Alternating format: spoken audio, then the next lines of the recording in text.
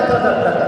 তো বর্তমানে এই 10-12,000 টাকায় কিংবা এই 8-10,000 টাকায় ইমাম মুয়াজ্জিনদের সম্মানজনকভাবে পরিবার নিয়ে চলাফেরা যায় না, ভরণ পোষণ হয় না।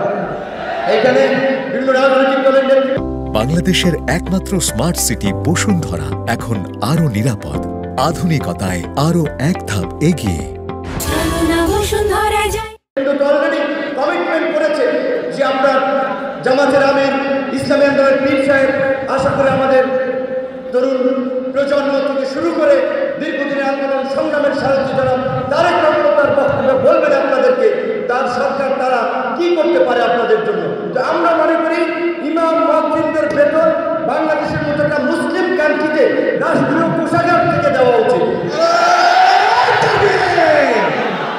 সেই দাবি জানিয়ে আমি সকল মুয়াজ্জিনদের জন্য একটা মর্যাদার সাথে জীবনযাপন করতে পারে এবং সমাজে বিশেষ করে যেই কথাটি আমাদের সিনিয়র নেতৃবৃন্দ বলেছেন যে মসজিদে নববীর উদাহরণ দিয়ে রাষ্ট্র পরিচালনায়।